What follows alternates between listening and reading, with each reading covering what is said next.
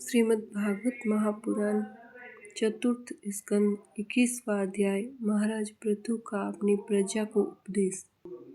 श्री मैत्रेय जी कहते हैं, विदुर जी, उस समय महाराज पृथु का नगर सर्वत्र मोतियों की लड़ियों, फूलों की मालाओं, रंग बिरंगे वस्त्रों, सोने के दरवाजों और अत्यंत सुगंधित धूपों से सुशोभित था। उसकी गलियां, चौक और सड़कें चंदन और अर्घ्य के जल से सींच दी गई थी तथा उसे पुष्प, अक्षत, फल, यवांकुर, खील और दीपक आदि मांगलिक द्रव्यों से सजाया गया था।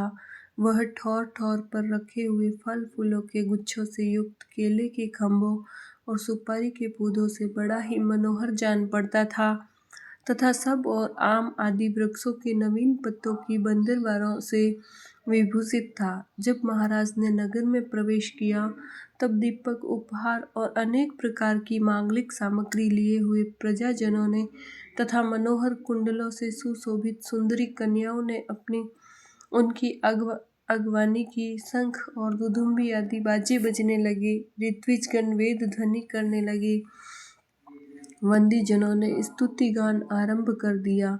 यह सब देख और सुनकर भी उन्हें किसी प्रकार का अहंकार नहीं हुआ। इस प्रकार वीरवर प्रभु ने राजमहल में प्रवेश किया। मार्ग में जहाँ तहाँ पुरवासी और देशवासियों ने उनका अभिनंदन किया। परम यशस्वी महाराज ने भी उन्हें प्रसन्नतापूर्वक अभीष्ट वर देकर संतुष्ट किया। महाराज पृथु महापुरुष और सभी के पूजनीय थे। उन्होंने इसी प्रकार के अनेकों उदार कर्म करते हुए पृथ्वी का शासन किया और अंत में अपने विपुल यश का विस्तार कर भगवान का परम पद प्राप्त किया। सूत जी कहते हैं, मुनिवर सौनक जी, इस प्रकार भगवान मैत्रेय के मुख से आदिराज पृथु का अनेक प्रकार के गुणों से संपन्न और गुणवानों द्वारा प्रशंसित विस्तृत सुयश सुनकर परम भागवत विदुर जी ने उनका अभिनंदन करते हुए कहा। विदुर जी बोले, ब्राह्मणों ने पृथु का अभिषेक किया, समस्त देवताओं ने उन्हें उपहार दिए, उन्होंने अपनी भुजाओं में वैष्णव तेज को धारण किया और उससे पृथ्वी का दोहन किया। उनके इस पराक्रम से उच्छिष्ट रूप विषय भोगों से ही आज भी संपूर्ण राजा तथा लोकपालों के सहित समस्त लोग इच्छानुसार जीवन निर्वाह करते हैं। भला ऐसा कौन समझदार होगा जो उनकी पवित्र कीर्ति सुनना न चाहेगा। अतः अभी आप मुझे उनके कुछ और भी पवित्र चरित्र सुनाइए। श्री मैत्रेय जी कहते हैं, साधु श्रेष्ठ विदुर जी, महाराज पृथु गंगा और यमुना के मध्यवर्ती देश में निवास कर अपने पुण्य कर्मों के क्षय की इच्छा से प्रारब्धवश प्राप्त हुए भोगों को ही भोगते रहे।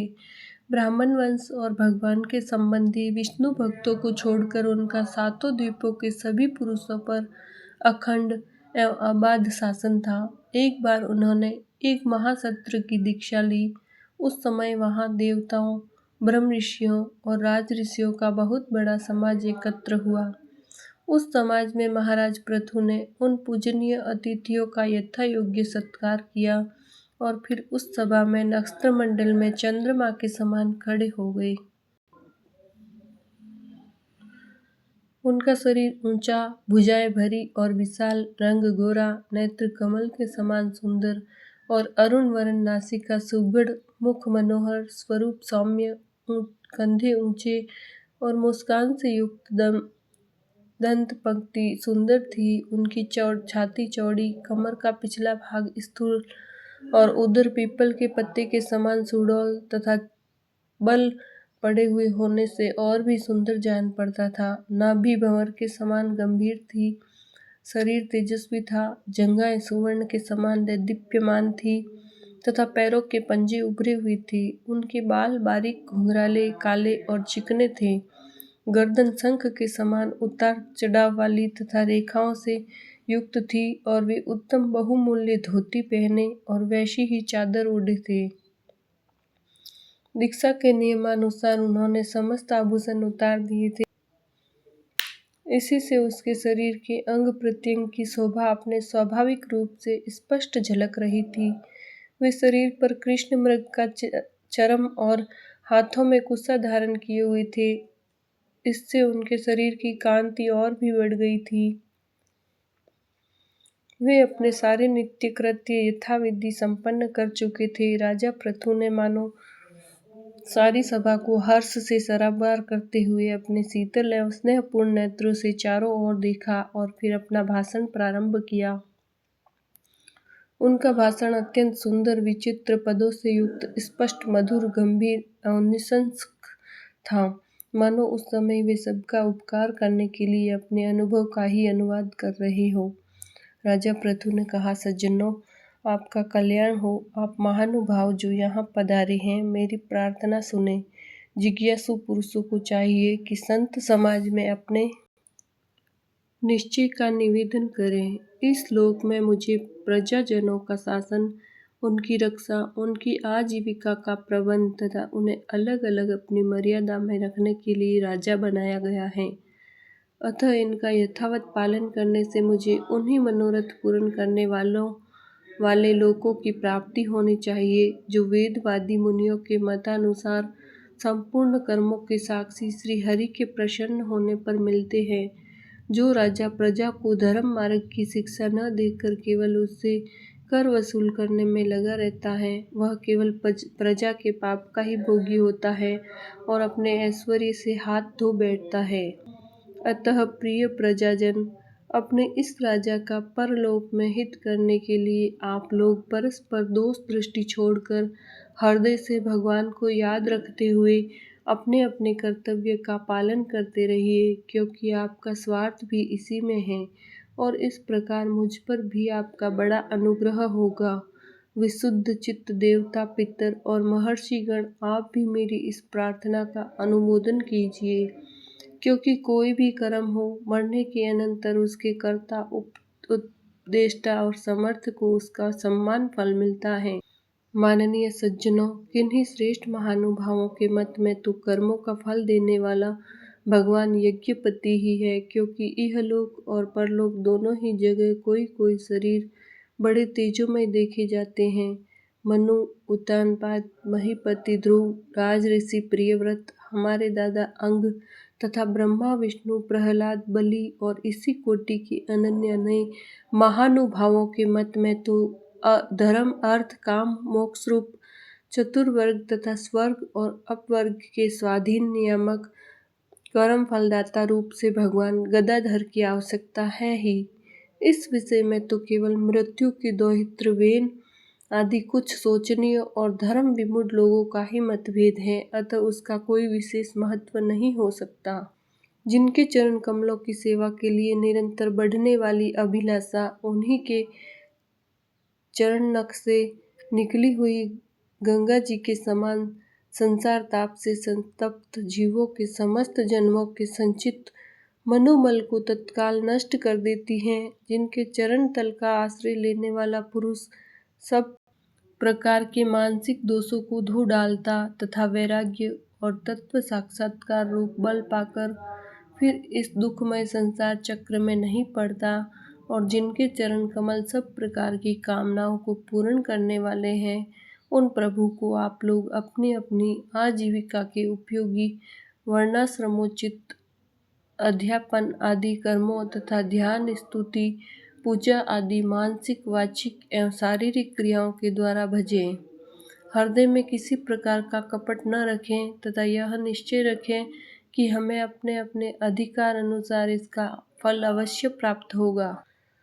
भगवान स्वरूपतः विशुद्ध, विज्ञान घन और समस्त विशेषणों से रहित है, किंतु इस कर्म मार्ग में जो चावल आदि विविध द्रव्य, शुक्ल आदि गुण, अवघात, कूटना आदि क्रिया एवं मंत्रों के द्वारा और अर्थ, आशय, संकल्प, लिंग, पदार्थ, शक्ति तथा ज्योतिष्टोम आदि नामों से संपन्न होने वाले अनेक विशेषण युक्त यज्ञ के रूप में प्रकाशित होते हैं, जिस प्रकार एक ही अग्नि भिन्न भिन्न काष्ठों में उन्हीं के आकार आदि अनुरूप भासती हैं, उसी प्रकार वे सर्वव्यापक प्रभु परमानंद स्वरूप होते हुए भी प्रकृति, काल, वासना और अदृष्ट से उत्पन्न हुए शरीर में विषयाकार बनी हुई बुद्धि में स्थित होकर उन यज्ञ यज्ञादि क्रियाओं के फल रूप से अनेक प्रकार के जान पड़ते हैं।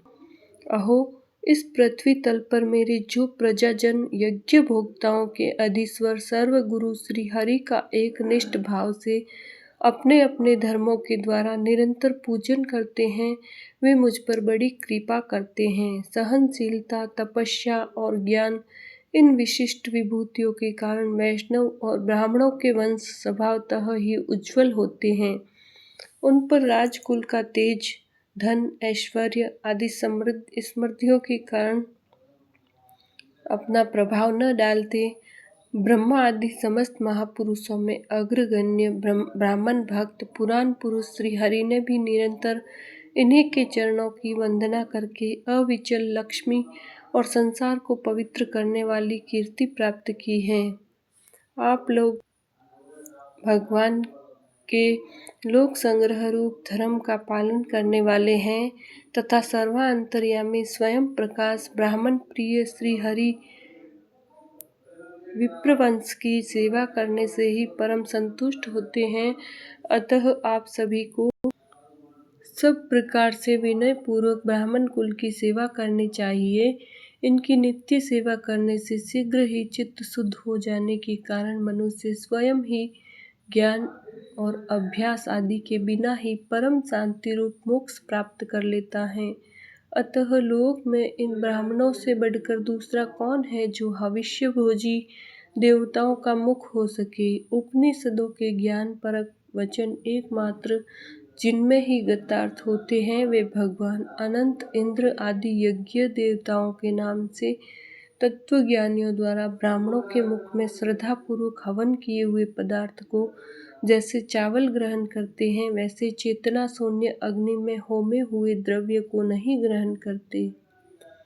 सभ्यगण, जिस प्रकार स्वच्छ दर्पण में प्रतिबिंब का भान होता है, उसी प्रकार जिससे इस संपूर्ण प्रपंच का ठीक ठीक ज्ञान होता है, उस नित्य शुद्ध और सनातन ब्रह्म वेद को जो परमार्थ तत्व की उपलब्धि के लिए श्रद्धा, तप, मंगलमय आचरण, स्वाध्याय, विरोधी वार्तालाप के त्याग तथा संयम और समाधि के अभ्यास द्वारा धारण करते हैं, उन ब्राह्मणों के चरण कमलों की धूलि को मैं आयु पर्यंत अपने मुकुट पर धारण करूं, क्योंकि उसे सर्वदा सिर पर चढ़ाते रहने से मनुष्य के सारे पाप तत्काल नष्ट हो जाते हैं और संपूर्ण गुण उसकी सेवा करने लगते हैं। गुणवान, शील संपन्न, कृतज्ञ और गुरुजनों की सेवा करने वाले पुरुष के पास सारी संपदाएं अपने आप आ जाती हैं। अतः मेरी तो यही अभिलाषा है कि ब्राह्मण कुल, गौवंश और भक्तों के सहित श्री भगवान मुझ पर सदा प्रसन्न रहे। श्री मैत्रेय जी कहते हैं, महाराज पृथु का यह भाषण सुनकर देवता, पितर और ब्राह्मण आदि सभी साधुजन बड़े प्रसन्न हुए और साधु साधु यह कहकर उनकी प्रशंसा करने लगे। उन्होंने कहा, पुत्र के द्वारा पिता पुण्य लोकों को प्राप्त कर लेता है, यह श्रुति यथार्थ है। पापी वेन ब्राह्मणों के शाप से मारा गया था, फिर भी इनके पुण्य बल से उसका नरक से निस्तार हो गया। इसी प्रकार हिरण्यकशिपु भी भगवान की निंदा करने के कारण नरकों में गिरने वाला ही था कि अपने पुत्र प्रहलाद के प्रभाव से उन्हें पार कर गया। वीरवर पृथु जी, आप तो पृथ्वी के पिता ही हैं और सब लोगों के एकमात्र स्वामी श्री हरि में भी आपकी ऐसी अविचल भक्ति है, इसलिए आप अनंत वर्षों तक जीवित रहें। आपका सुयश बड़ा पवित्र है। आप उदार कीर्ति ब्राह्मण्य देव श्री हरि कथाओं का प्रचार करते हैं। हमारा बड़ा सौभाग्य है। आज आपको अपने स्वामी के रूप में पाकर हम अपने को भगवान के ही राज्य में समझते हैं। स्वामिन, अपने आश्रितों को इस प्रकार का श्रेष्ठ उपदेश देना आपके लिए कोई आश्चर्य की बात नहीं है, क्योंकि अपनी प्रजा के ऊपर प्रेम रखना तो करुणामय महापुरुषों का स्वभाव ही होता है।